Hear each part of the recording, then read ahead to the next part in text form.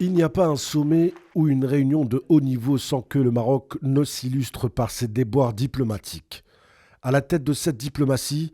le Makhzen a opté pour des éléments qui excellent dans l'outil de la propagande, de la victimisation et qui tentent de s'offrir une nouvelle virginité politique et une crédibilité.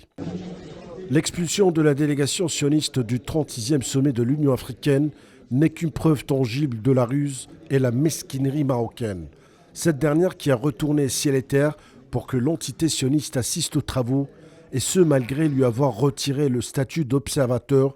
et surtout après n'avoir reçu aucune invitation officielle, ce qui est considéré en soi comme une grave violation et un manque de respect flagrant aux autres pays africains.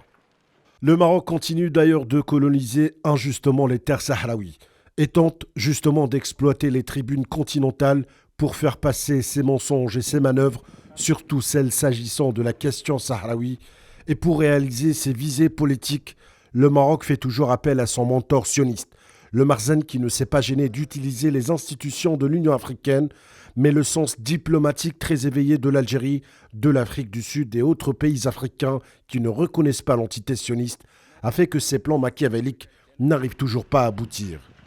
Le Maroc tente de convaincre l'Union africaine des conclusions du dénommé Forum de Tanger pour la paix et le développement en Afrique, qui n'est en réalité qu'un événement de propagande et de politique que le Royaume du Maroc utilise au service de ses agendas visant à légitimer son occupation des parties du territoire de la République démocratique sahraoui.